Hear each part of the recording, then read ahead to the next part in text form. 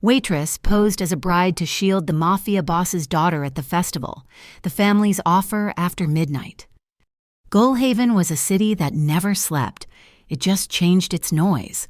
Tonight, the noise was the Lanterntide Festival, and the city was feverish. The air, usually a sharp-edged mix of salt and diesel, was thick with the sulfur of street flares and the cloying, sticky, sweet smell of melted sugar from the boardwalk stalls. Down on the water, the famous parade of model ships, each one lit like a tiny, floating cathedral, drifted past the piers. The sound was a disorganized symphony. Brassy Latin horns from a street band clashed with the smoky jazz spilling from a club, and underneath it all, the deep, resonant call of the foghorns in the channel. June Marlowe felt the end of her shift in her feet. It was a specific throbbing ache that signaled her double at the Mariners' Hall was finally over. She was standing by the service station, unknotting the damp strings of her apron, when her manager, Sal, caught her eye. "June, one more thing," he called, gesturing her over. She approached, automatically wiping her hands on the apron she was trying to discard. "Sal, my shift ended 10 minutes ago." I know. It's the promo," he said, pointing toward the restaurant's main window. In the corner, a small, ridiculously ornate display had been set up, a miniature altar draped in white fabric, backlit by the chaos of the parade outside. "The Twilight Wedding Special. We need someone to be the bride for the photos, just for an hour. It draws the tourists in." June looked at the clock over the bar. It was already past 9. "Sal, I smell like clam chowder and stale beer." "You clean up fast," he dismissed, already turning away. "The dress is in the back office. It's just a display model." June Marlowe was not the kind of woman who daydreamed about wedding dresses. She was a woman who calculated her tips to the exact percentage required to cover her electric bill and the steadily increasing cost of her grandmother's care at the Sun Meadow home. She was pragmatic, her hands fast, her movements efficient. She moved toward the back office with the balanced economy of motion she had learned from a previous, rougher job as a bartender. That job had taught her to listen with her eyes, to catch the subtle shift in a man's shoulders that meant a problem was about to start. A brief, failed attempt at a nursing program years ago had left her with a certification in basic first aid and an unnerving ability to read panic in the human body. But mostly, her skills were honed by the relentless pace of waitressing. She had a memory that could hold complex, multi-course orders for 12 tops, and she instinctively cataloged the world around her. She counted the steps of the new busboy 7 steps from the kitchen to table 4, 9 to the patio, and she could, if the music lulled, read the lips of the couple arguing by the window. Tonight, all of Gullhaven was holding its breath. The rumors had been circulating for days, whispered over coffee counters and shouted in the early morning fish market. A truce, the Rivaro Syndicate, the family that owned the docks and everything that floated, and the Estrell outfit, who ran the transport that moved everything on wheels, were observing a ceasefire. It was a fragile, high-stakes peace, set to expire at the stroke of midnight. The Gullhaven police, underfunded and willfully outmatched, were conspicuously light on the main festival route, replaced by waves of private security. And somewhere in the shadows, the federal suits from OSCO, the Office of Strategic Contraband Oversight, were watching. OSCO never moved openly. They let the city play its games, waiting, always waiting, to set the board on fire. The parade was the centerpiece of this fragile truce.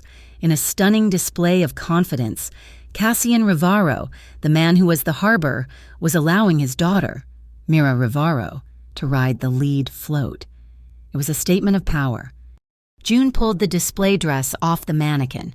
It was heavy, the satin stiff and synthetic, the lace trim already scratchy. "Ridiculous," she muttered to herself. Sal stuck his head through the door. "Just smile, June. Look happy, like a bride." June managed a short, dry laugh. "It's a sales gimmick. Sal, I get it. I'll smile." She zipped up the back of the dress, the fabric clinging uncomfortably in the humid, salty air. She was a prop. That was all. She stepped out to find the main hall buzzing, the promise of the festival drawing people in off the street. She started navigating the floor, smiling as instructed, while Sal tried to wrangle a local photographer. As she passed the service corridor, she paused to let two porters maneuvering a stack of banquet chairs go by. They were new. Not the usual guys. They were talking low, but June's hearing was sharp, trained to pick up a murmured "more water" from across a loud dining room. "The package is set," the first one said, his voice a low rumble. "Just has to move through sewer channel 5 before the Estrell boys realize the switch." The second one grunted, shifting the weight of the chairs as long as the payout matches the ticket. "Check the ticket," the first one said, an edge of impatience in his voice. "The anchor is rotated 13 degrees. That's the one. That's the confirmation." June processed the information automatically, the way she would an order for a steak. Medium rare, no dairy, gluten allergy, sewer channel 5, anchor 13 degrees. It meant nothing to her, but the intensity of the whisper made the hair on her arms stand up. It was the same tone men used at the bar just before a glass broke. She stepped onto the small viewing balcony of the Mariners' Hall, the cheap satin wedding dress pulling awkwardly at her shoulders. The photographer flashed a bulb in her face. June smiled, but her eyes were scanning the street below, the sea of faces, the bright lights. The wind shifted, coming hard off the harbor. For a moment, it cut right through the smell of the festival, silencing the sugar and the flares. It was a heavy, metallic wind, carrying the scent of engine oil from the deep-water channel, the smell of old iron, and something else, the faint, acrid tang of ozone. The parade was bright, the music was loud, but the wind told the truth. Tonight was not just a celebration, it was a countdown. The grand parade float, a skeletal schooner covered in thousands of glowing paper lanterns, drifted to a halt in front of the Mariners' Hall. Mira Rivaro, a young woman of about 19, stepped off the platform. She was tiny, swallowed by the noise and the crowd, her face pale under the colored lights. June, still trapped in the ridiculous satin dress by the window, watched her. Sal was bustling. Clearing a path, Mira was scheduled to use the hall's back rooms to change into her costume for the main event, the Fisher Goddess presentation. The moment Mira's foot touched the promenade, the atmosphere fractured. The upbeat Latin music from a nearby float died abruptly, cut off by a sound that was both older and more brutal, a heavy, pounding drumbeat, a troupe of performers, not on any published schedule, spilled into the street. Separating the float from the restaurant doors, they were billed as fire dancers, spinning torches that hissed and spat, but they moved with a jarring, aggressive precision. June's eyes narrowed. Her bartender's instincts, the ones that measured the cadence of trouble, flared. She watched their feet. The main parade band, 2 floats back, was playing a fast, swinging jazz in a 4/4 time. The drums of the new troupe were hammering a frantic, complex 6/8 rhythm. The dancers were moving to the drums, not the music. Their steps were coordinated, deliberate, and completely out of sync with the rest of the festival. It was not a performance. It was an invasion. They used their torches to create a wall of thick, acrid smoke, and a series of handheld flares popped, blinding the crowd. People screamed and surged back, creating a pocket of sudden, violent emptiness around Mira. 3 of the dancers broke formation, their faces painted like grinning skeletons. They moved through the smoke, heading straight for the hall's entrance. Sal raised his hands, shouting something about the schedule. They shoved him to the pavement. Mira was frozen in the doorway, the light from the hall pinning her against the chaos. One of the men lunged. He was not reaching to grab. His hand was clenched around a black, metallic loop with 2 silver prongs, a shock collar. He was aiming for her neck, to incapacitate and drag. June did not have time to think. She only had time to act. Her first aid training screamed, "Protect the head." Her street-level survival screamed, "Break the line of attack." She tore the cheap elbow-length veil from her own head. "Mira," she shouted. The girl turned. June lunged forward, throwing the veil over Mira's head like a net, using the fabric to snag the attacker's wrist. She yanked Mira backward, spinning her through the main doors. Kitchen now! They crashed through the swinging steel doors, the heat and smell of the kitchen hitting them. Behind them, the men slammed into the restaurant lobby. June heard glass break. Without breaking stride, June grabbed the closest, heaviest object. It was a multi-tiered stainless steel tray stand, loaded with the remains of a 3-tier strawberry cream cake. It was heavy, awkward, and perfect. She spun, using her full body weight, and hurled it back toward the swinging doors. It crashed, a messy wall of metal, wire, and frosting, blocking the entrance just as the first man tried to shove his way through. He roared in frustration. "The back door," June yelled, pulling Mira through the maze of hot tables and startled cooks. They burst out into the narrow, dark alley that ran behind the restaurant. The air was cold, smelling of stale grease and the low-tide salt of the harbor. They ran and hit a wall. It was a dead end, a 10-foot chain-link fence, topped with a curl of barbed wire, blocked the alley from the street. The pounding from the kitchen door was frantic. They were trapped. Mira slid down the brick wall, hyperventilating. "We are trapped! Oh God, they're going to kill us!" June stood in the center of the alley, her heart hammering. The shouts of the men were on the other side of the door. The roar of the parade, the music, the people.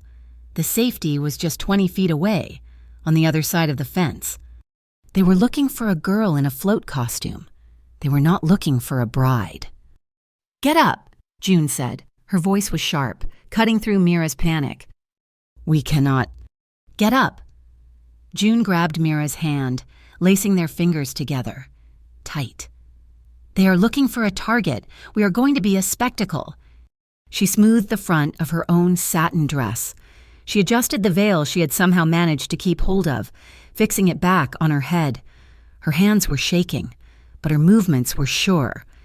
"What are you doing?" Mira whispered, her voice trembling. "I am being the bride." June took a deep breath, pulling Mira toward the mouth of the alley. "And you," she said, looking at Mira's pale, terrified face, "are my bridesmaid. Now, look happy." She did not wait for an answer. She stepped out of the shadows and straight into the brightest lights of the parade. She yanked Mira with her, shouting at the top of her lungs, her voice infused with a note of perfect, theatrical panic. Make way for the bride. We are late." The effect was instantaneous. The crowd, already drunk on spectacle, saw exactly what June intended them to see. A bride, late for her own wedding, dragging her friend through the street. A roar went up, but this time it was a cheer. People clapped, they whistled, they parted, creating a path. "Go, honey!" a woman yelled, lifting her beer. "He's waiting." June did not run. She surged. She moved with the crowd, using their bodies as a shield, keeping Mira tucked on her far side, her head down. The fake dancers burst from the alley, their eyes scanning, frantic. They saw the sea of people, the flashing lights, the floats, but the girl in the float costume was gone. The bride and her bridesmaids, swallowed by the celebration, were already moving away. June kept moving, her heart a cold stone in her chest. She needed security. She needed the police. She saw one of the dancers, his face paint streaked with sweat, speaking furiously into a radio. He was too far away to hear, but she watched his mouth. She read the words forming under the flashing neon. Pier 3. Get to Pier 3. Pier 3. That was the Estrell line. That was a trap. She looked up the street, 2 blocks away. The parade route curved past the massive granite steps of the old Harbor Line Church. It was always the densest security point of any city event, the place where the Gullhaven police and the private guards massed to protect the historic landmark. She changed direction, pulling Mira hard to the left, nearly tripping over the hem of the ridiculous dress. "Stay with me. We are going to church." As they hit the bottom step, a wall of men in dark, tailored suits cut through the crowd, moving with a fluid, deadly speed that the fake dancers had lacked. They were professionals. They formed a tight circle around June and Mira, their hands inside their jackets. They were Rivaro's men. And they were 30 seconds too late. Far down the street, on a secure rooftop overlooking the entire scene, Cassian Rivaro lowered his binoculars. His face was granite. He had watched the chaos, the kitchen door, the blocked alley. And he had watched as a complete stranger. A woman in a cheap wedding dress had pulled his daughter from the fire, wrapped her in the insane logic of the festival, and delivered her to the only safe zone on the route. As if summoned by the resolution, the air was finally split by the high-low wail of official sirens. Not the local police. These were the thrumming, authoritative sirens of OSCO. The federal vehicles did not enter the parade route. They screeched to a halt at the main intersections, their lights flashing, locking down the entire perimeter of the festival. The message was clear. The truce was over, the city was now a cage, and June Marlowe, in her borrowed wedding dress, was standing on the church steps, locked inside it with the Rivaro air. The Rivaro men did not ask questions. They formed a silent, moving wall of dark suits, separating June and Mira from the astonished civilians and the few local police on the church steps. The absurd, cheap satin of the wedding dress felt heavy and soaked, sticking to June's skin as they were guided, not pushed, into the back of a waiting sedan. The car was heavy, the doors closing with the sound of a vault. It moved through the OSCO-locked perimeter without slowing, through checkpoints that seemed to melt away at the sight of the car's grille. They left the neon chaos of the festival and plunged into the working end of the harbor, where the streets smelled of salt, iron, and diesel. The car stopped at the Oyster House. It was not a home. It was a fortress disguised as industrial history. A massive 3-story brick warehouse, its walls dark with age, looked out over the black, churning water of the bay. The only concessions to modernity were the smoked glass windows that ran the length of the top floor and the solid steel-reinforced door that opened before they had even stopped. Inside, the noise of the city vanished. The air was warm, smelling of old timber, polished leather, and the clean, cold scent of the deep sea. They were taken up a spiral staircase of black iron, their footsteps echoing in the vast, open space. Cassian Rivaro was waiting. He stood before a floor-to-ceiling window, a living portrait of the entire, frantic, lantern-lit harbor below him. He was a man carved from the harbor's granite, his presence filling the room. He did not turn when they entered, but his voice rumbled, low and resonant. "Mira?" He crossed the room in 2 strides, his hands, large and scarred, landed on his daughter's shoulders. His eyes, dark and analytical, scanned her for any harm.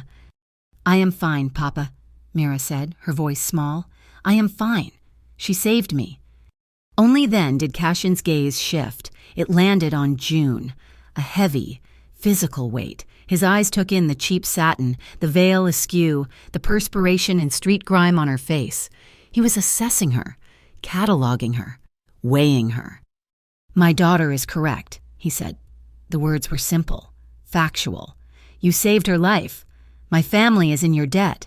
He paused, the silence stretching. The gratitude was a formality, a preface to the real question. "Now, you will tell me who sent you to play the bride." The question was not an accusation. It was a blade, sharp and precise. June felt the last dregs of adrenaline curdle into exhaustion. She untangled the veil from her hair, her hands steady. "Nobody sent me.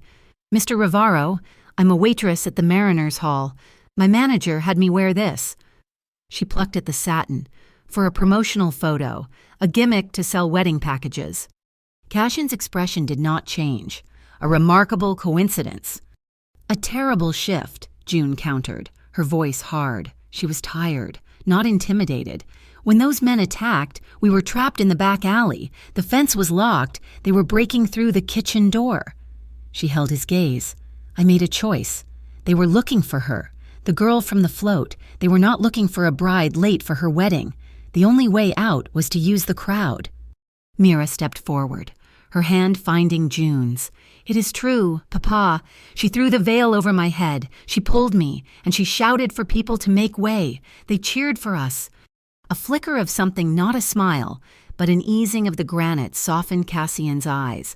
He had expected a pawn from Astrel, or a plant from Osco. He had not expected a civilian with tactical instincts. He was impressed by the raw nerve, by the immediate understanding of psychology and theater. It was pure street-level brilliance. "You read the situation," he murmured, more to himself than to her. He turned back to the window, the city lights reflecting in the glass. "The Astrel family are animals, but they are not usually this bold. They intended to take you, Mira, to force my hand." "It was the fire dancers," June said, the memory clicking into place. Their rhythm was off. They were marching to a different drum, not the festival music. Cassian nodded. "They were not Estrella's men. They were hired. Estrella was just the pickup team. I saw the signal." "Pier 3, June said. Cassian turned fully, his eyebrows raising. "I saw one of them," June clarified. "I read his lips. He said Pier 3. "They used my daughter as bait," Cassian said, his voice dropping into a register of cold fury, "to make me move my assets, to expose my routes, to see how I would react." He glanced at a heavy clock on the mantel. It was 10:40, and the truce ends at midnight. His hand went to a telephone on his desk. "Leo," he snapped into the receiver. "No, you hold your position. No one moves, no one fires, not until I give the word." He slammed it down. "They are not the only ones watching," he said, gesturing to the harbor. "Osco has the entire channel locked down. They just sent their terms." He tapped a formal-looking memo on his desk. "An ultimatum. If a single shot is fired by either family before 12 o'clock, they will clean the docks. They are trying to force a war so they can sweep up the pieces." June processed the layers: a mafia war, a federal trap, and a midnight deadline. She was standing in the command center, wearing a $500 prop. She had one priority, one anchor in the storm. "I need to make a phone call." The demand, so domestic, so normal, cut through the tension. Cassian looked at her. "It is my grandmother," June said, her voice suddenly tight. "She is at Sun Meadow Home. I call her every night at 11:30. If I do not, she worries. She gets agitated. I need to tell her I am okay." This, more than the men with shock collars, was what made her hands tremble. Cassian studied her. Seeing the truth of it, this was her leverage. This was what she fought for. He gave a slow, deep nod. "Sun Meadow Home on Arbor Street." June's head snapped up. "How did you—" "I know my city. Miss Marlowe." He turned as a woman in a severe black dress entered the room, moving with silent efficiency. "Ariella, you will take Miss Marlowe to the Bay guest room. She will need a change of clothes." "Yes, sir," Ariella Quince, the housekeeper, replied.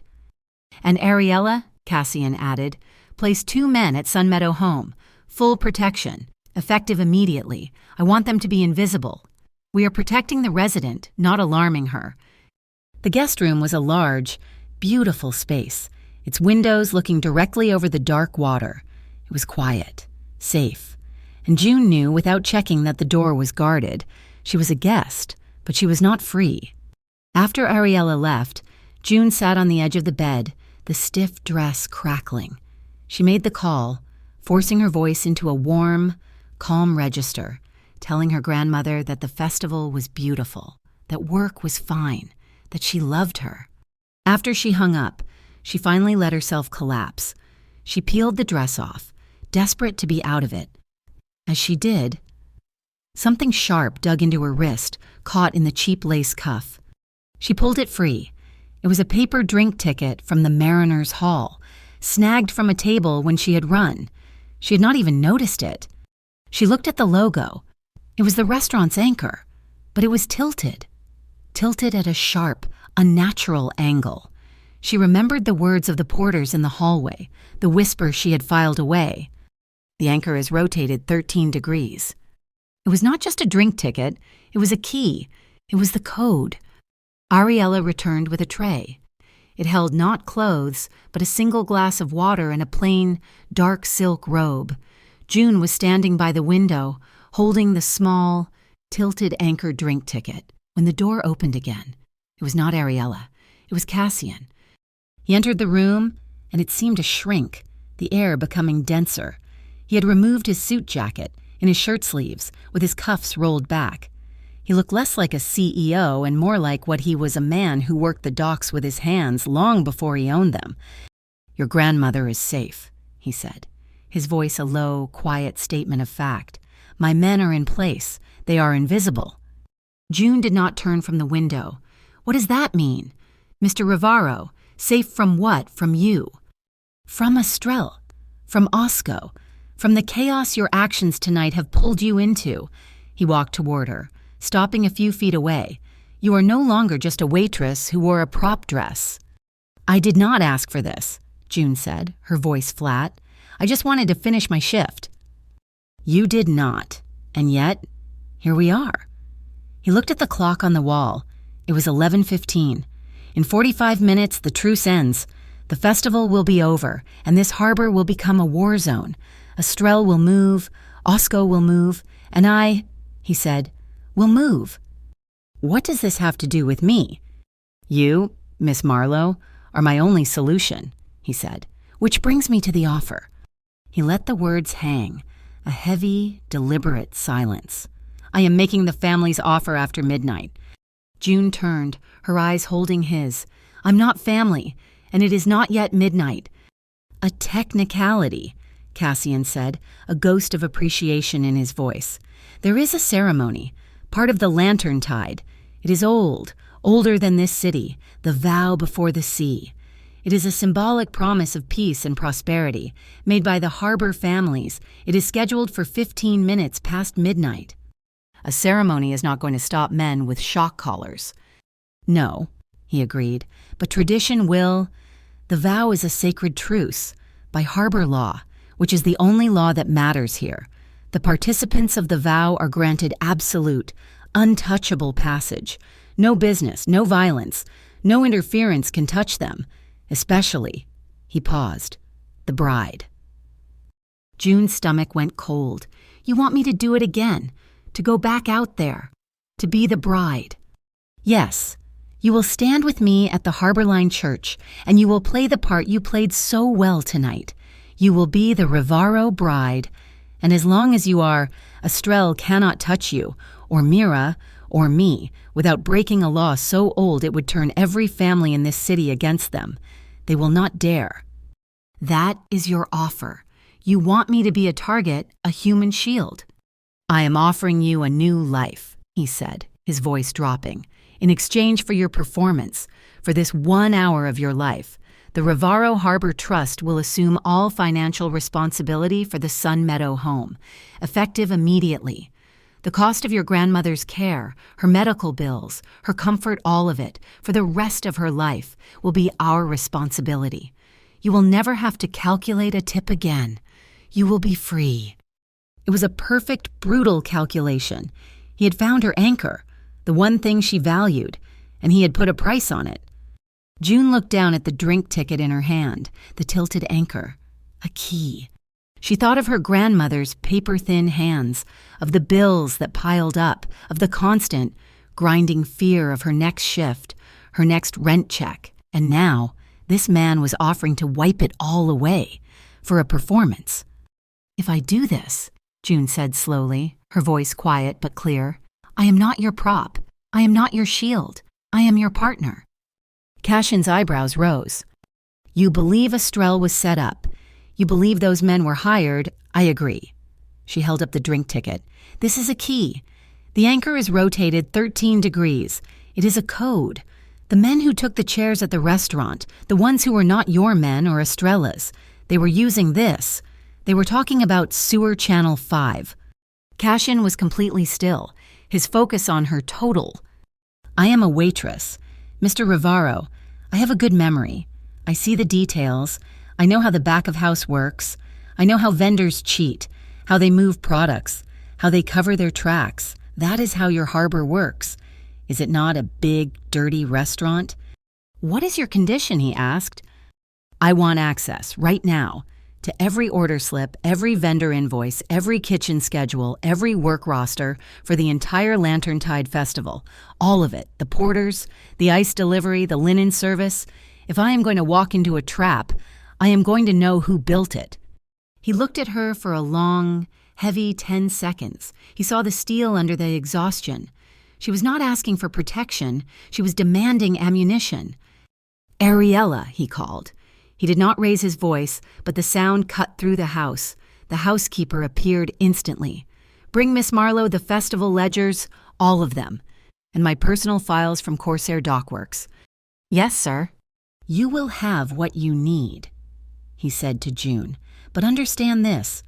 The moment that clock strikes 15 past midnight, the ceremony is over.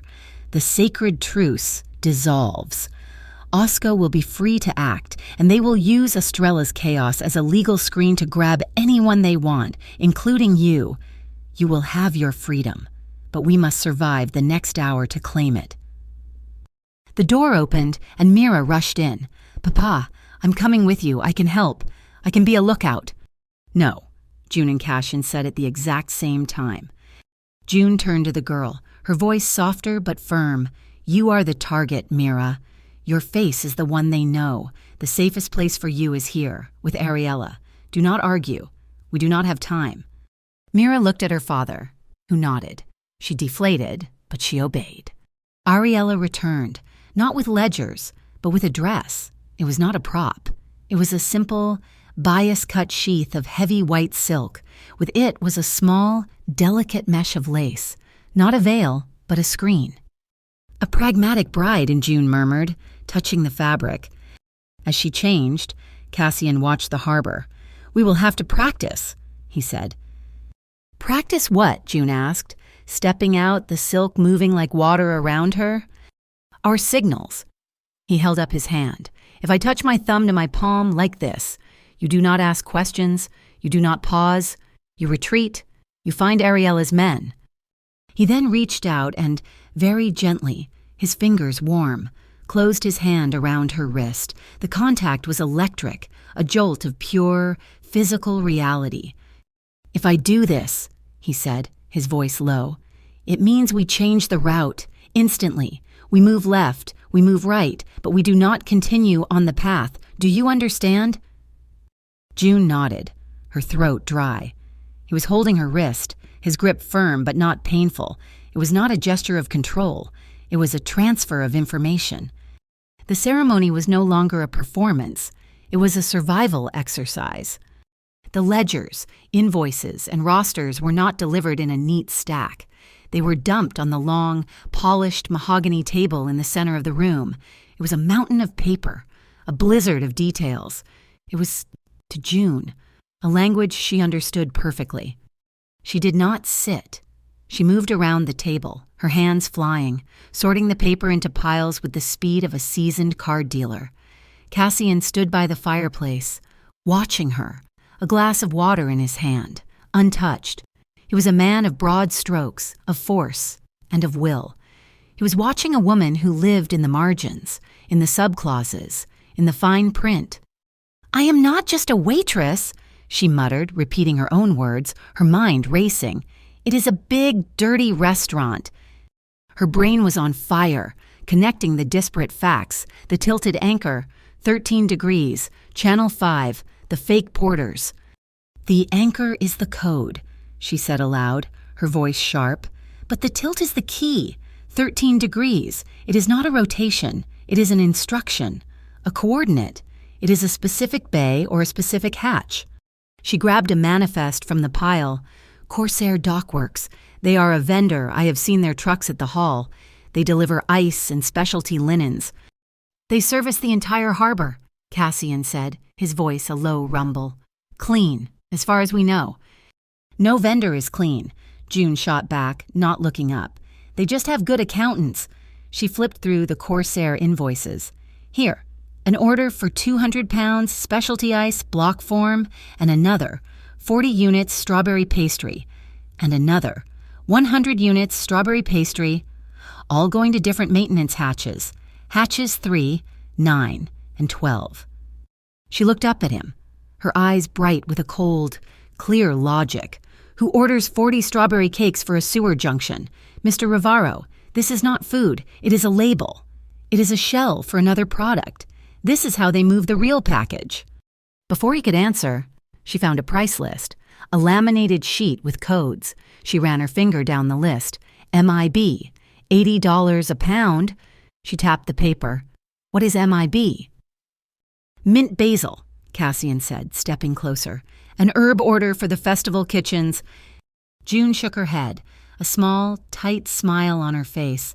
It was the smile of a bartender who has just caught a customer trying to pass a fake ID. No, it is a code. M, B, mint, basil, M, B, Monday, barge.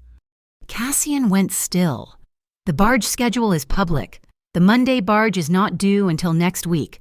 The festival runs on the Tuesday's schedule. Exactly, June said. Osco is watching the festival. They are watching the Tuesday's schedule. They are not watching the Monday's schedule. So your traders, whoever they are running their entire operation in reverse. They are using the off day to move their product right under everyone's nose. She was digging through the papers again, her energy frantic, focused. They are not just moving product, they are setting a trap. They needed Mira, but they needed a place to take her. She found a crumpled invoice, a duplicate copy, snagged from a clipboard. Here, a final delivery, a special order, Nightinglass 7. She looked up. What is Nightinglass 7? The blood drained from Cassian's face. For the first time, June saw a crack in the granite. The glass trawler, he said, his voice flat. It is the city's maritime museum, a tourist trap. But June pressed. But it has a private addition, a long, elevated glass walkway that connects the museum to the old embankment. It is private, it is secure. My father helped fund it. We call it the Nightinglass. And Platform 7, he said, the pieces locking into place, is a private dock, directly beneath it, hidden from the street and the water. June straightened. The puzzle was complete. They were not taking Mira to Pier 3. That was a diversion. They were taking her to Nightinglass 7. She walked past him, her bare feet silent on the wood floor. Where is your kitchen? He simply pointed. She went through a service door and found a vast steel-clad kitchen, as large as the one at the Mariners' Hall, but silent and spotless. On the wall was what she needed, a full, laminated map of the harbor, marked with delivery routes and vendor drop-off points. She grabbed it, pulled it off the wall, and returned to the main room. She threw the map on top of the invoices and handed it to Ariella, who had been standing silently by the door. This is your escape route. If this goes wrong, if the church is a trap, you get Mira and you take this map. The Corsair routes. She tapped the colored lines. Will be the only ones clear tonight. You use them. Ariella nodded, her eyes wide, taking the map. June turned back to the table, to the last piece. The authority, the signatures. Who signed off on these, she demanded. She flattened the Corsair invoices, the small orders, the ice, were signed by a logistics manager, but the strawberry pastry orders, the ones for the hatches, were different. The signature was clean, precise, and powerful. Elias Crane. He is my counsel, Cassian said, his voice dangerously quiet. He has been with my family for 30 years. He was my father's most trusted man. And he is the only person, June said, tapping the signature, who has the legal authority to approve a vendor contract and the tactical knowledge of your private docks. He's the leak. He set up the attack on Mira. He's using Estrella, and he is working with Osco to deliver you both to them. Cassian's face was a mask of thunder. The loyalty was at war with the logic. It is a lie. Then let's prove it, June said. The clock on the mantel read 11:40. The truce is almost over. The real moves happen after midnight. He thinks I am just a random waitress. He thinks you are running scared. He will be at Nightinglass 7, waiting to rescue Mira after Estrella supposedly botches the job. He will be the hero who delivers your daughter. And you, straight into Osco's hands. "What do you propose?" Cassian whispered. "We set a trap of our own," June said. "We place one more order, a special order, one miniature wedding cake. Deliver it to Nightinglass 7. But the time is critical. Not now. We time the delivery for 10 minutes past midnight." "After the ceremony," Cassian breathed, seeing it. "After the truce ends." "He will think the plan failed, that I am with you," June said. "He will have to move. He will have his men at the church, but he will be at the Nightinglass to manage the cleanup." "He will be there," Cassian agreed. He grabbed the phone and barked a series of codes, orders for a special pastry, Tier 1, delivery for 12:10, location Nightinglass 7. He hung up. The trap was set. He looked at June, who was fastening the simple lace mesh to her hair. The clock began to chime the hour. 12 o'clock. Midnight. "It is time." Cassian Rivaro said. He held out his arm, not as a gentleman, but as a partner. "The truce is over. Let's go and make our vows." June took his arm. The silk of her dress was cold, but his arm was a solid, warm bar of iron. They walked out of the oyster house, into the night. They left the oyster house, stepping not into the street but onto a private wooden walkway that skirted the water. The night had turned. The festive, sugar and sulfur air had been scoured away, replaced by the damp, heavy weight of an approaching storm. The wind, which had been a breeze, now came in sharp, sudden gusts. It shrieked off the harbor, snapping the festival banners like whips. "The squall is early," Cassian said, his voice a low growl against the rising noise. The Harbor Line Church was still 3 blocks away, across an exposed promenade. As he spoke, the sky opened. The first drops of rain, cold and hard as pellets, began to lash the pavement. It was not a shower, it was an assault. He did not hesitate. The walk was now impossible. They would arrive looking like survivors, not celebrants. He changed course, his hand gripping June's elbow, not the signal, but a necessary anchor, and pulled her toward the dark, massive silhouette of the glass trawler museum.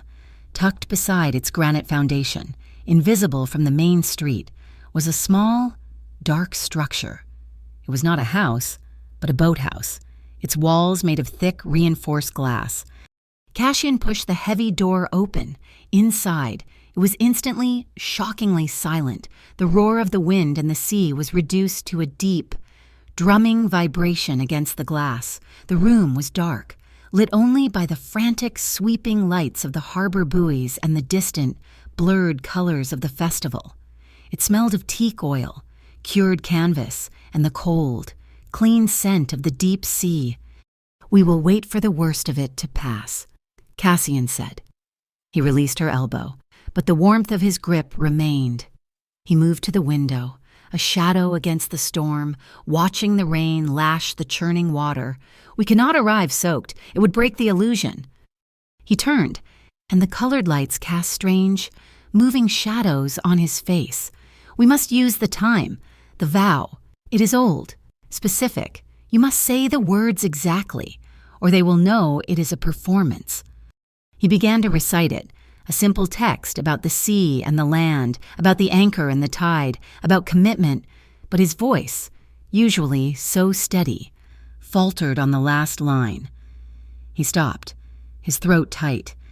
June watched him, the man who commanded the harbor, who faced down federal agencies and rival outfits, looked utterly lost. "He used to say them," Cassian said, his voice so low she barely heard him over the rain. He was looking out at the black water, but he was seeing another time. "My father, he stood on this spot. This was his boathouse.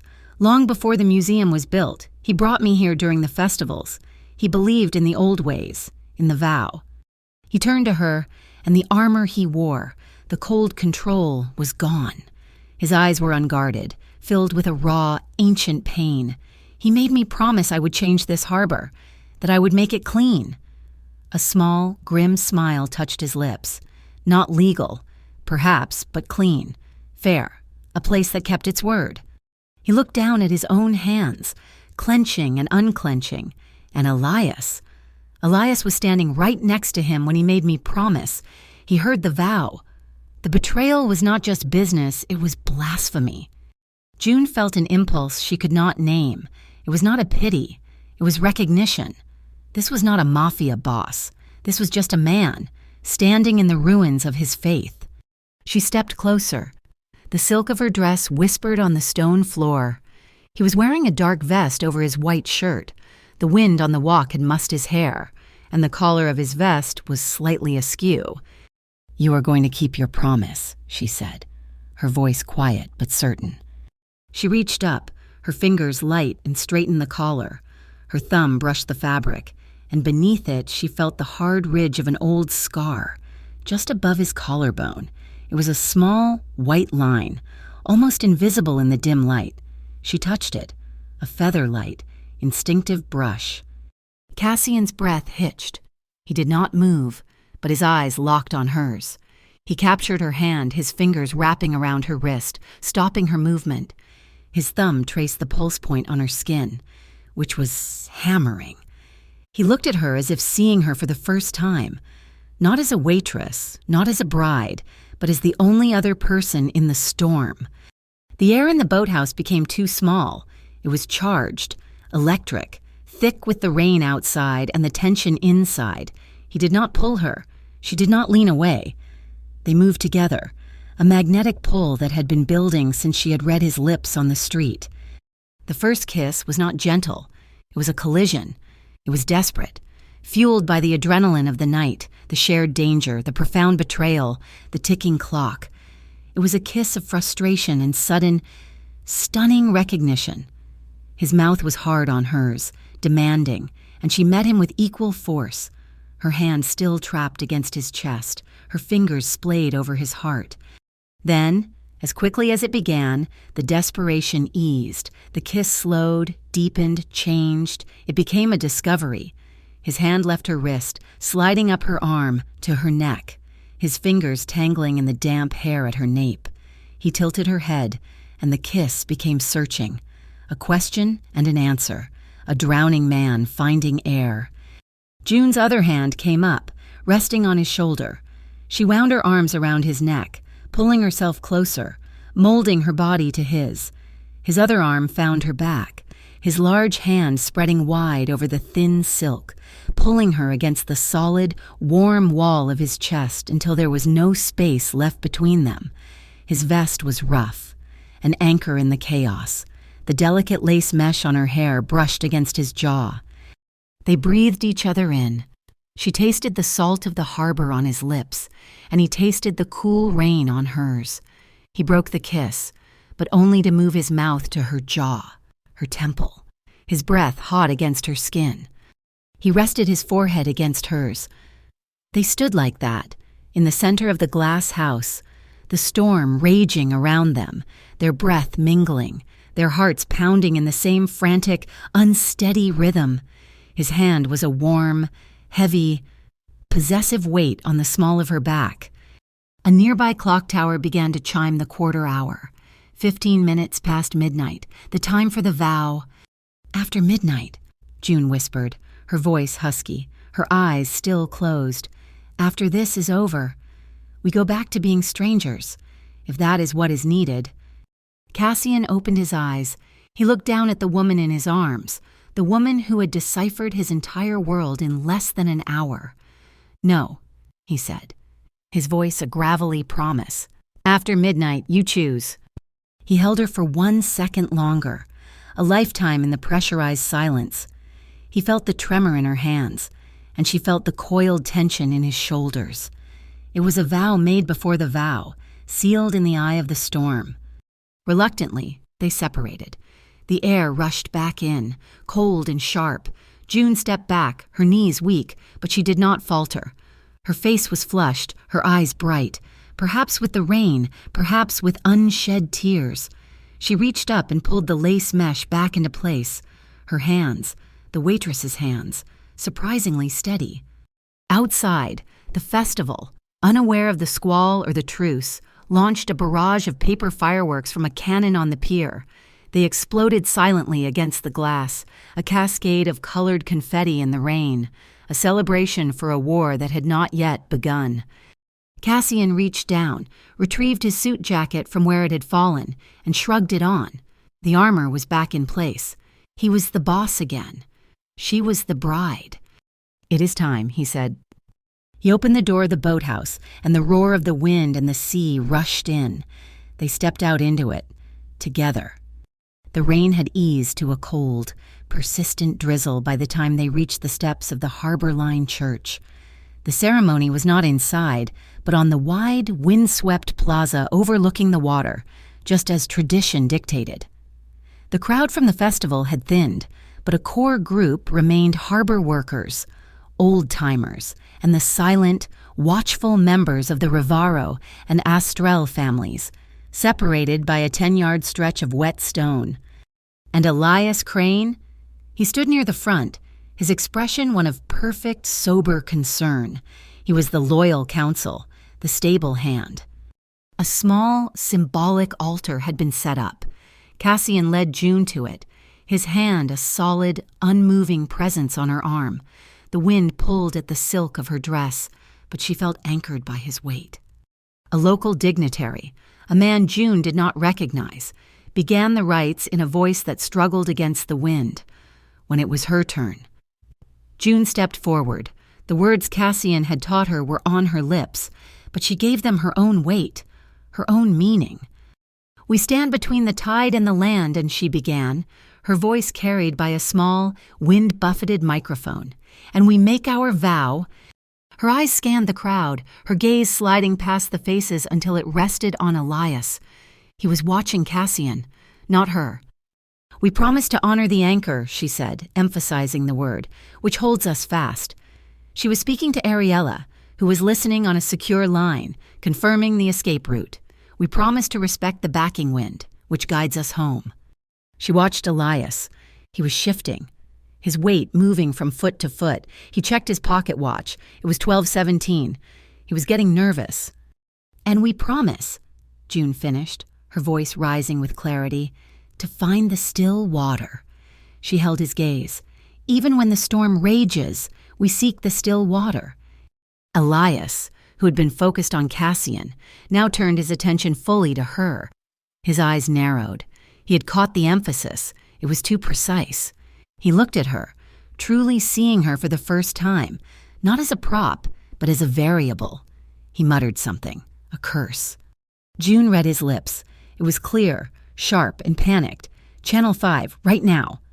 He was calling it off or calling it in. It did not matter. The trap was sprung. As if summoned by his silent command, a commotion erupted from the direction of the glass trawler. Shouts, the sound of running feet. A man in an Astrell coat burst from the alley near the Nightinglass walkway, followed by two others. They were running away from the museum. And right behind them, moving with the brutal, impersonal efficiency of a federal operation, came the OSCO agents. They emerged in full tactical gear, their presence sucking the air from the plaza. They had been waiting. They had been poised for the pastry delivery signal. They were exactly on time, which was, as June knew, the surest sign of a setup. They were not there to stop a crime. They were there to manage the transaction. Elias had planned for Astrell's failed abduction. He had not planned for OSCO to show up before he could secure the package. Cassian felt the tension snap. His hand, which had been on June's arm, moved to her back, his fingers pressed, the signal for retreat, thumb to palm. "We go now." June did not move. She subtly shook her head, a movement so small only he could feel it. She leaned toward him, her lips brushing the shell of his ear. Her voice a whisper hidden by the wind. "Not yet. We're missing the last piece." "June," he hissed, his voice a low warning. "He has to move," she whispered back. "He has to commit." As if she had willed it, a small figure broke from the shadows near the church rectory. It was Mira. She was walking onto the plaza, her face a mask of practiced, believable confusion. "Papa," she called out, her voice trembling just enough.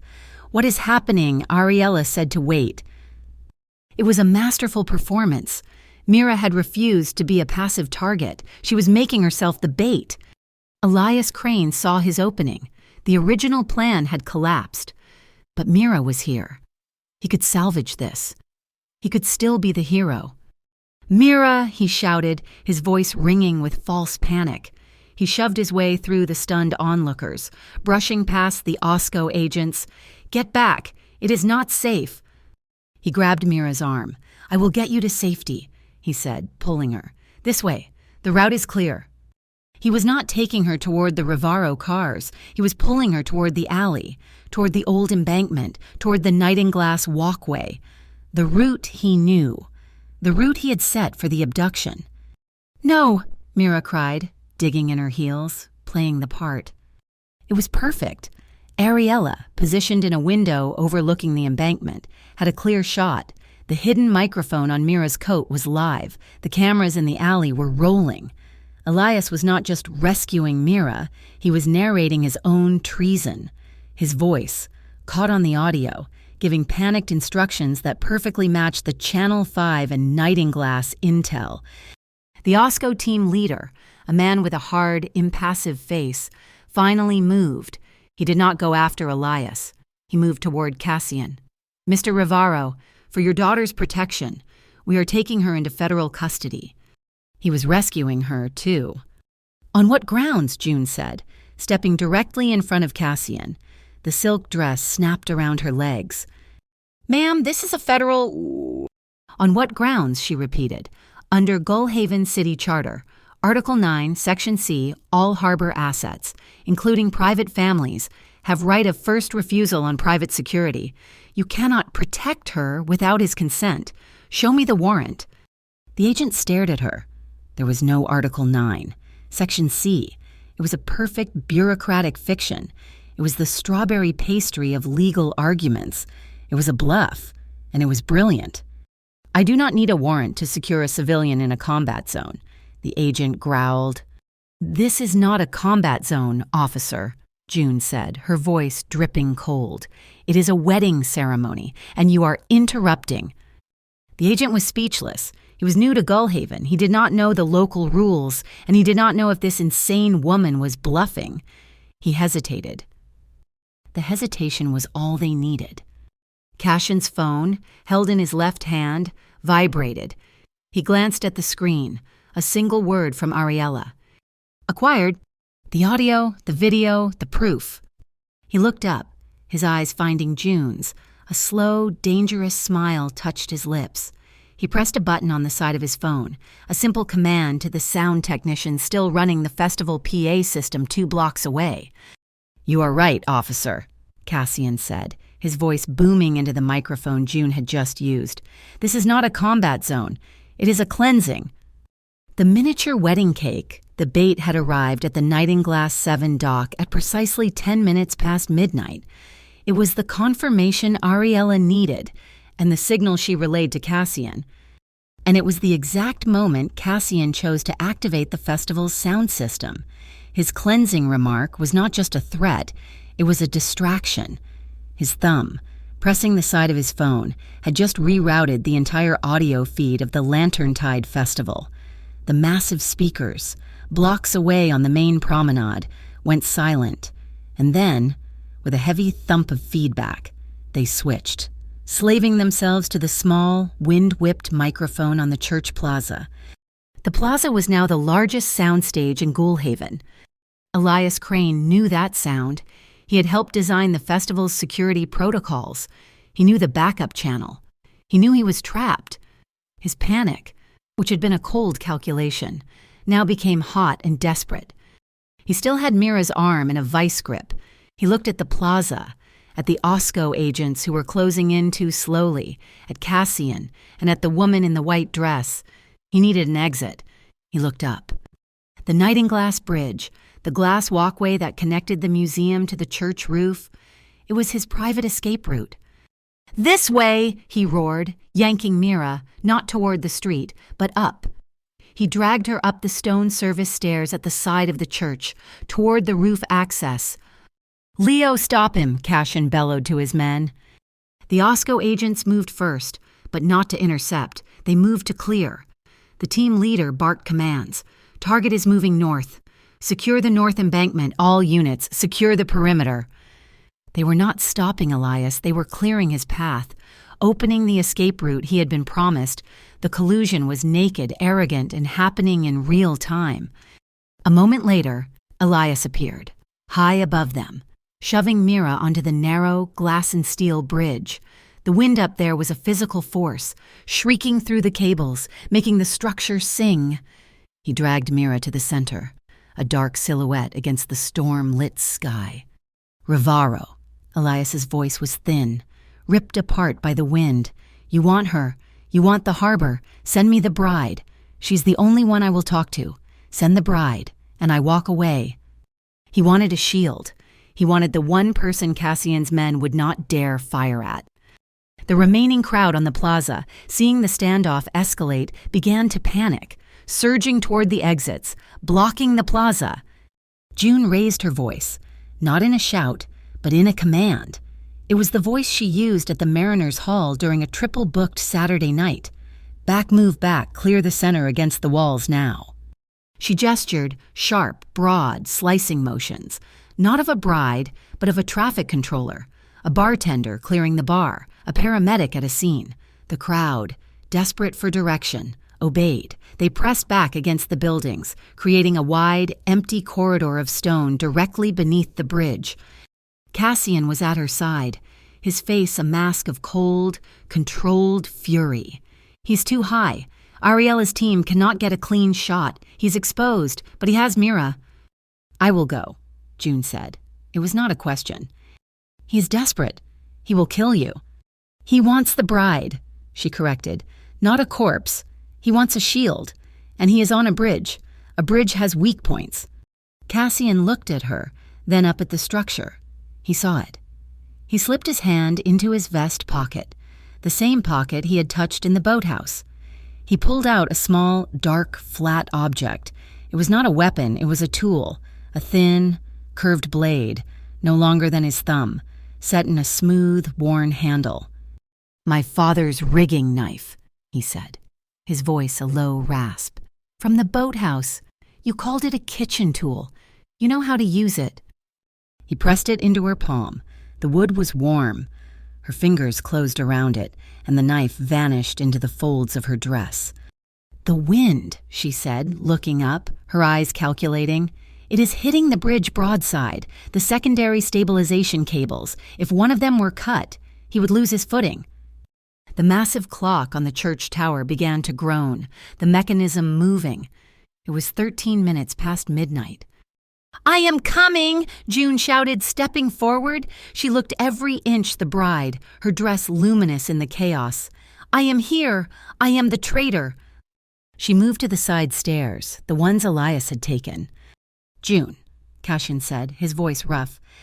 She paused, looking back. He said nothing, but his eyes were a storm of promises and apologies. She ascended the stairs, emerging onto the cold, wind-lashed roof. The glass bridge stretched out before her. Elias was 20 yards away, a spider in his web. Walk, little bride, he sneered. The clock is ticking. Our sacred truce is almost over. He was right. At 15 minutes past midnight, the sacred vow protection ended. The plaza would become a free fire zone. June stepped onto the bridge. The glass was slick with rain. Beneath her feet, she could see the entire plaza, the tiny figures of Cassian and the Osco agents, the empty corridor she had created. The wind tried to push her, but she planted her feet, a waitress used to carrying heavy trays in a storm. Let her go, Elias, she said, her voice steady. That is the deal. Let Mira go, and you can have me. The deal is whatever I say, he shouted, manic. He pulled Mira tighter, her feet dangling, forcing her against the outer railing. June kept walking, her pace slow, deliberate. She fumbled with the lace mesh veil, pretending the wind was her enemy. I cannot. The wind. She stumbled, her hand flying out to catch her balance. She did not grab the main rail. Her hand, the one holding the veil, landed on a large structural bolt that secured a secondary guide cable. With a movement too fast to be seen, She snagged the lace mesh, hooking it hard onto the bolt head. It was her anchor. It was her pull point. The church clock chimed, the first stroke of 14 minutes past midnight. Elias laughed, watching the clock. "One more minute, bride, and then the party really starts." Far out at sea, a distant, silent flash of lightning illuminated the boiling clouds. Gullhaven, the plaza, the bridge, all held their breath. June's hand, hidden in the folds of her silk dress, closed around the rigging knife. The church clock struck the 15th minute past midnight. The deep bronze chime vibrated through the glass of the bridge. A physical punctuation mark. The truce was over. Elias Crane laughed, a thin, manic sound that the wind tore away. He raised his pistol, not at June, but at the sky. "The party starts now," he fired. The shot was a sharp, explosive crack, painfully loud, echoing off the wet stone. The glass beneath June's feet rang like a tuning fork. The sound of the shot was punctuated by a furious gust of wind. It hit the bridge broadside, exactly as June had prayed it would. This was the moment. She did not hesitate. She did not use the knife. She used the veil. She yanked her head back, putting her full, desperate weight into the movement. The lace snagged on the bolt head, pulled taut. The metal groaned, the secondary guide cable, its housing already weakened, snapped loose. The bridge did not collapse. It lurched, a sickening, sideways drop of 6 inches. Elias caught completely off balance, stumbled, his arms flying wide. He did not fall, but he was vulnerable. Down on the plaza, Cassian saw the lurch, saw June drop to her hands and knees. He did not wait. "June!" He roared her name and charged the stone service stairs, taking them 3 at a time, his only thought to get between her and the threat. He burst onto the roof just as Mira acted. June had given her a signal in the oyster house, a fast, unspoken command heel. "Spin." As Elias staggered, his grip on Mira loosened for a fraction of a second. It was all the girl needed. She drove the hard heel of her shoe straight down onto Elias's wrist. The gun clattered, spinning away across the wet glass. Cassian reached the bridge entrance. "Get away from her!" "Elias!" A second shot rang out, but it was not from the bridge. It came from the plaza. A federal agent, the OSCO team leader, the one who had confronted June. He was not aiming at Elias. He was aiming at Cassian.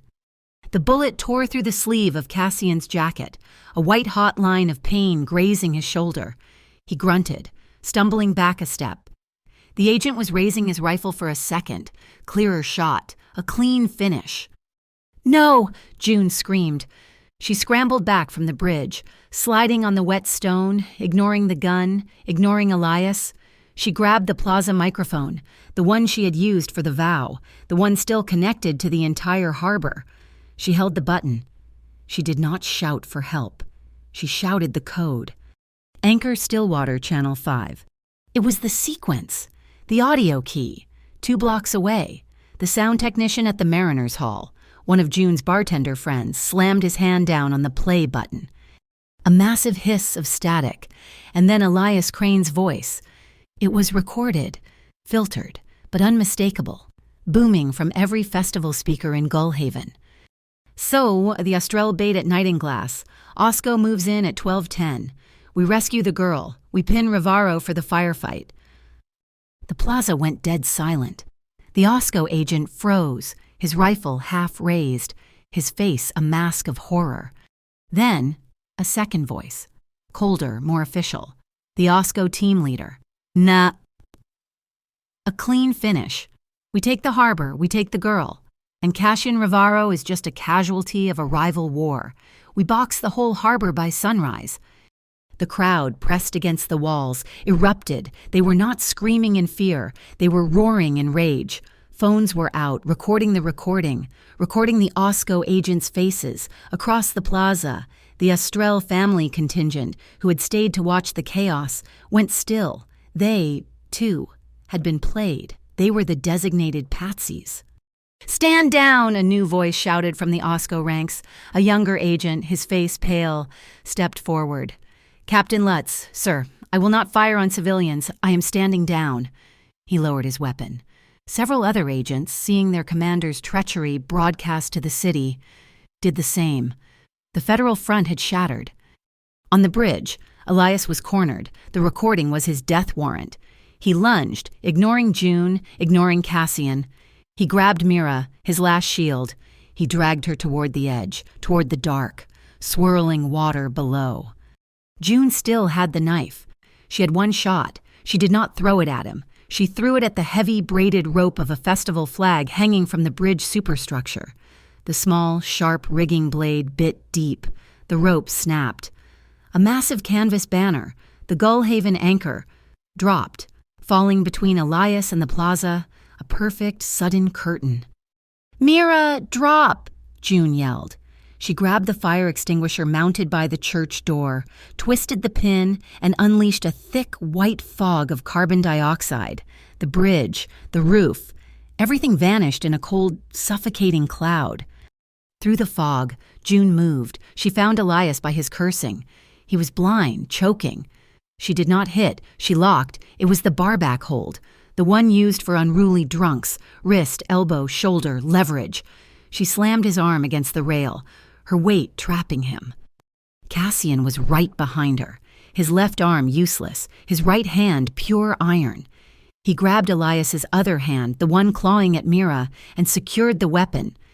Elias, blinded, trapped, and desperate, twisted, his feet slipping on the slick, fog-covered glass, he went over.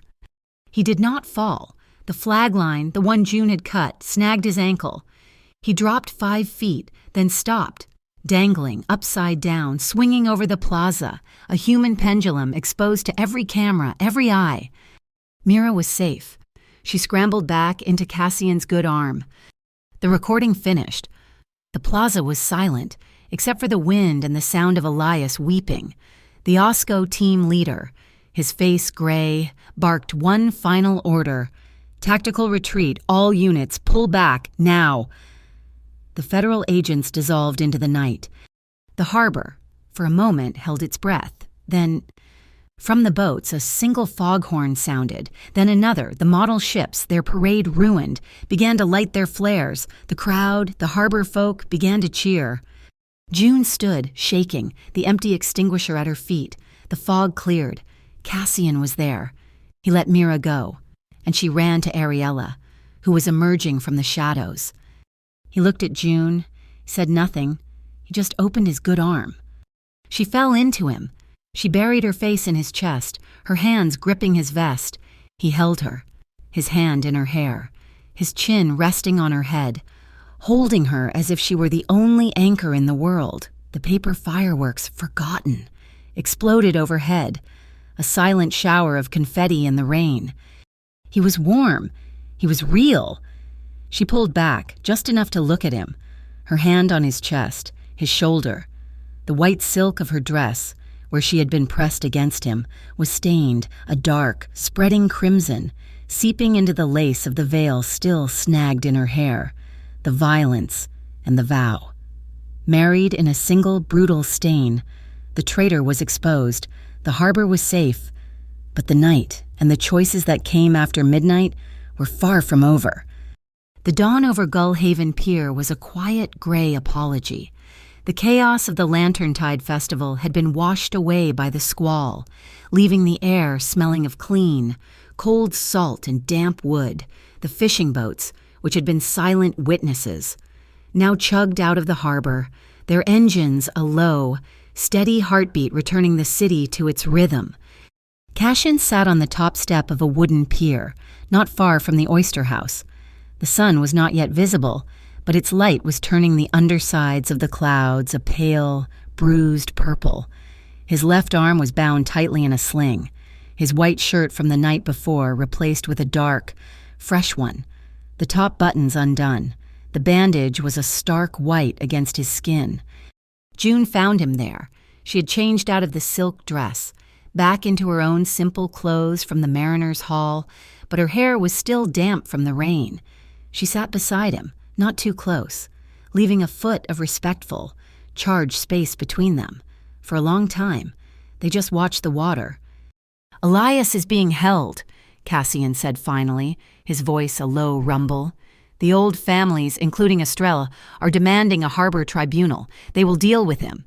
He will not see the inside of a federal prison, which is a mercy he does not deserve. He will face harbor justice. And Osco, June asked, pulling her knees to her chest. Captain Lutz, the one who stood down, is now in charge. He's cleaning his own house. It seems he was waiting for a chance, and you gave it to him. He turned his head, his dark eyes studying her profile. The gray light was kind, but it could not hide the exhaustion around her eyes. The check for Sun Meadow Home was transferred an hour ago, enough to cover your grandmother's care for the rest of her life, in any facility she chooses. You are free, June. You can walk away. You never have to see this pier, or me, again. He repeated the words from the night before, but the context was entirely new. The family's offer after midnight. June turned, her gaze meeting his. You are just letting me go. I am honoring the deal, he said. You held up your end. You saved my daughter. You saved my harbor. You are free. He looked back at the water. That is one choice. He paused, a heavy, measured beat. The other choice is that you stay. You said the harbor was a big, dirty restaurant, and you exposed its rot. Now, I am asking you to help me clean it. Before June could process the weight of that, two figures approached them on the pier. Mira, her face pale but her eyes clear, and Ariella, holding a leather portfolio. Mira stepped forward and held out a heavy, old-fashioned brass key ring. I wanted to give you these, Mira said, her voice quiet. Papa bought the Mariners' Hall this morning. He said, I said it belongs to you, Cassian interrupted, his eyes still on June. Legally, it is yours, a clean title, a place to build that network of clean jobs you talked about, a place for the harbor folk. June looked at the keys, then at Cassian. Stunned, it was more than security, it was power. Ariella stepped forward and opened the portfolio. We've also drafted a preliminary proposal, she said, her voice all business. The Harbor Clean Ledger, a new system of internal auditing for all vendor contracts, cargo manifests, and cash flow. It would make our dealings transparent. It would require a new position. Director of Coordination. She looked pointedly at June. It is an internal title, but the authority would be absolute. June looked from the keys to the proposal, and finally to Cassian. They were offering her everything. A business, a title, a purpose, and him. She took a deep breath, the cold sea air filling her lungs. I cannot accept, she said. The silence that followed was absolute. Cassian's face hardened, but it was Mira who spoke. But why after everything? I cannot accept like this, and June clarified, her voice gaining strength. You do not buy my loyalty, Mr. Rivaro. You do not buy my expertise. You earn it, and this harbor, she swept her hand out, has not earned it yet. She stood up, walking to the edge of the pier. I will make you an offer, a counter-offer. She turned back. I will accept the keys to the Mariners' Hall on one condition.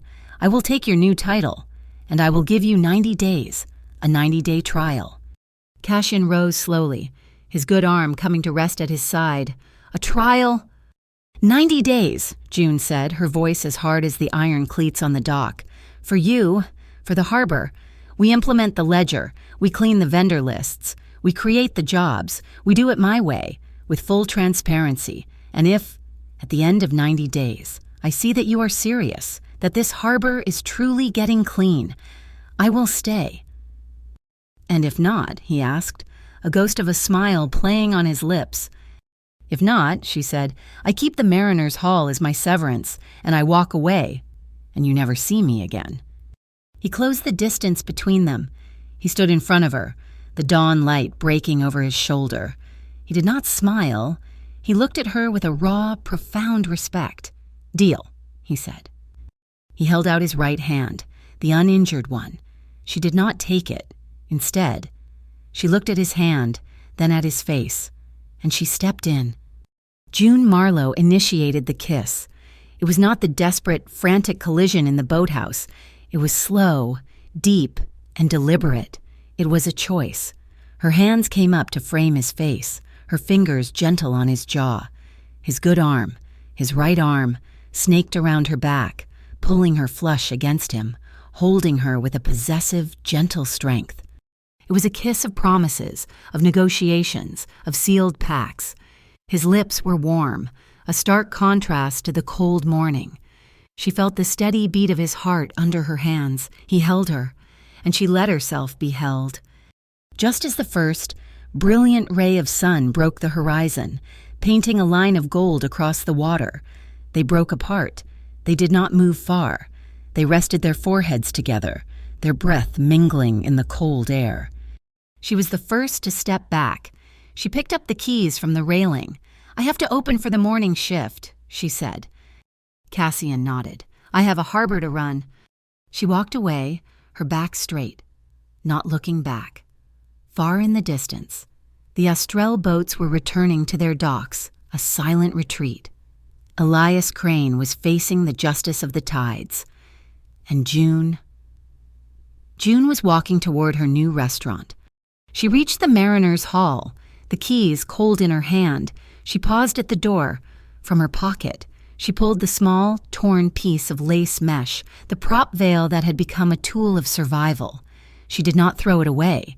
She opened the door, went inside, and hung the scrap of lace on a hook in the office. A memento. June Marlowe stood at the window, looking out at the water, at the harbor. She now, in part, commanded. Freedom, she realized, was not just about being free from want. It was about the right to choose. And today, after midnight, she had chosen. She had chosen to stay. She had chosen to fight. And she had chosen the man who had been willing to take a bullet for her. Thank you so much for listening to our story. We would love to connect with you. So please comment below and let us know where you are listening from and share your thoughts. Please subscribe to our channel, Mafia Boss Story, and like this video. You can also show your support by hitting the hype button, so this story in this video can be heard by many more people.